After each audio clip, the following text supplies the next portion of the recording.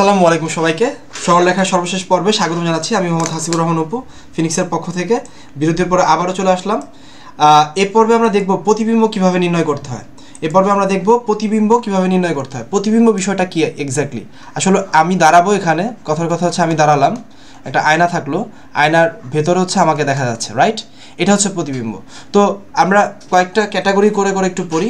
যদি বলে বিন্দুর সাপেক্ষে প্রতিবিম্ব নির্ণয় কর, বিন্দুর সাপেক্ষে প্রতিবিম্ব নির্ণয় কর, কথা এক্স এক্স এই বিন্দুর সাপেক্ষে x1 y1 এর প্রতিবিম্ব হচ্ছে কি হবে x2 y2। এমন যদি হয় তাহলে একটু খেয়াল রাখবো, এই যে x, y এই বিন্দুটা হচ্ছে এই দুইটা বিন্দুর মধ্যবিন্দু। এই দুটো বিন্দুর কি হবে? মধ্যবিন্দু হবে। এই জায়গাটা আমরা নোট রাখবো যে সাপেক্ষ বিন্দুটা সবসময় কি হবে? মধ্যবিন্দু হবে। সাপেক্ষ বিন্দুটা সবসময় কি হবে? মধ্যবিন্দু হবে।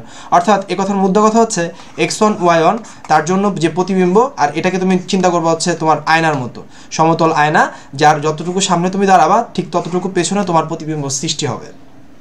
তো চলো আমরা একটা ঝটপট দেখে ফেলি। এত বিন্দুর সাপেক্ষে এত বিন্দু এর প্রতিবিম্ব নির্ণয় করো। তাহলে এটা হচ্ছে আমার মধ্যবিন্দু, রাইট? এটাকে আমরা x ধরবো, y ধরবো, আর এটা হচ্ছে আমার x1 y1, রাইট? আর যেটার প্রতিবিম্ব বের করব সেটা হচ্ছে x2 y2। খেয়াল করবো এটা কিন্তু বিন্দুর সাপেক্ষে বিন্দু। তাহলে আমরা যার সাপেক্ষে তাকে কি ধরবো? মধ্যবিন্দু। তার মানে 1 আর 2 হচ্ছে আমার মধ্যবিন্দু। তো মধ্যবিন্দু নির্ণয়ের সূত্র হচ্ছে x = x1 + x2 / 2। আমরা x এর মান জানি, x1 এর মান জানি, x2 এর মান বের করব, একটা পেয়ে গেলাম। আর কোটি বের করে কিভাবে? y = y1 + y2 / 2। তাহলে আমাকে y এর মান দেয়া আছে, y1 এর মান দেয়া আছে, আমরা y2 এর মান বের করব। ঝটপট অঙ্কগুলো পারতে হবে, এগুলো বিজ্ঞান ও প্রযুক্তি বিশ্ববিদ্যালয়গুলোতে বারবার আসে। এবার আসো যে কোনো বিন্দুর সাপেক্ষে কি এটা, তাহলে এটা কি হবে আমার x y, x এর মান কত? 2, y এর মান কত? 3। এত বিন্দু এর স্থানাঙ্ক বের করো। এত বিন্দুর প্রতিবিম্ব যে বিন্দুর সাপেক্ষে তার মানে চাইছে কি, সরি আমি ভুল বলেছি, যে বিন্দুর সাপেক্ষে বলছে, তাহলে যে বিন্দুর সাপেক্ষে সেই বিন্দুটা চেয়েছে, অর্থাৎ আমার মধ্যবিন্দু চেয়েছে xy, আর এই বিন্দুর সাপেক্ষে প্রতিবিম্ব যদি এটা হয় তাহলে এটা হচ্ছে আমার x1 y1 আর এটা হচ্ছে আমার x2 y2। তাহলে আমি ঝটপট বের করে ফেলবো x = x1 + x2, x = x1 + x2 / 2। আমি x এর মান পেয়ে যাব। আর y = y1 + y2 / 2। তাহলে আমার x আর y এর ভ্যালু বের হয়ে যাবে, ইনশাআল্লাহ আমরা পারবো। এবার আসো যে ক্যাটাগরি 2, রেখার সাপেক্ষে বিন্দুর প্রতিবিম্ব। ধরো x1 y1 বিন্দুর প্রতিবিম্ব, এটা আমরা বের করতে চাই কার সাপেক্ষে?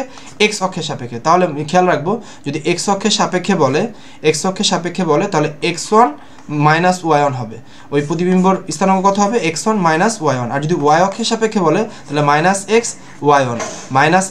y1। মাথায় রাখবো, একটু ঝটপট 3-4 বার লিখে ফেলো, যতবার লিখবা তত দ্রুত অ্যান্সার করতে পারবা। তবে লক্ষ্য রাখবো, যখন x এর সাপেক্ষে বলবে তখন হচ্ছে y মাইনাস, যখন y এর সাপেক্ষে বলবে তখন হচ্ছে x মাইনাস। যা বিন্দু দেওয়া থাকবে তাই হচ্ছে অ্যান্সার, শুধুমাত্র জাস্ট চিহ্নের একটা পরিবর্তন হবে।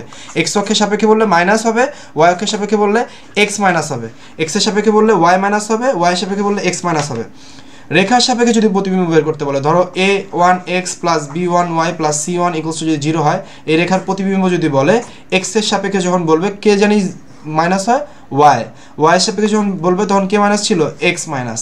তাহলে হচ্ছে a আর b আমরা যদি একটু বলি যে x এর সাপেক্ষে এবং y এর সাপেক্ষে, তাহলে আমরা বের করতে পারবো। ঝটপট এক্সারসাইজটা প্র্যাকটিস করে ফেলো। এত বিন্দু এর প্রতিবিম্ব x অক্ষের সাপেক্ষে কি হবে? জাস্ট y এর মানটা মাইনাস হবে, আর y এর সাপেক্ষে যদি বলে তাহলে x এর ভ্যালুটা চেঞ্জ হবে, মাইনাসে কি হয়ে যাবে? প্লাস হয়ে যাবে। That's it. এখন বললো এত রেখা এর প্রতিবিম্ব x অক্ষের সাপেক্ষে বের করো। যখন x অক্ষের সাপেক্ষে বলবো তখন y এর সহগটা কি হয়ে যাবে? মাইনাস। y অক্ষের সাপেক্ষে যখন বলবো তখন x এর সহগ কি হয়ে যাবে? মাইনাস।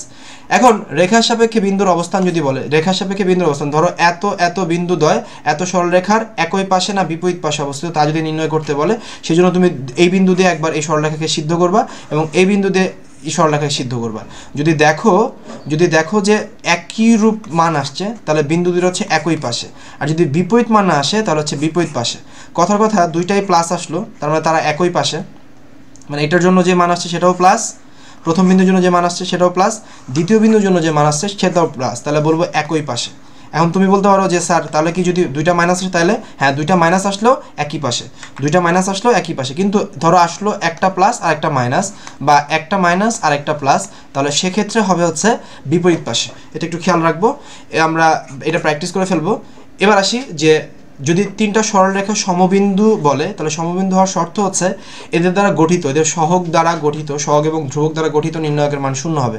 অর্থাৎ এটা যদি সমীকরণ আমার 1 হয়, এটা যদি সমীকরণ আমার 2 হয়, আর এটা যদি সমীকরণ 3 হয়, আমরা এই প্যাটার্নে আগে সাজিয়ে নিব।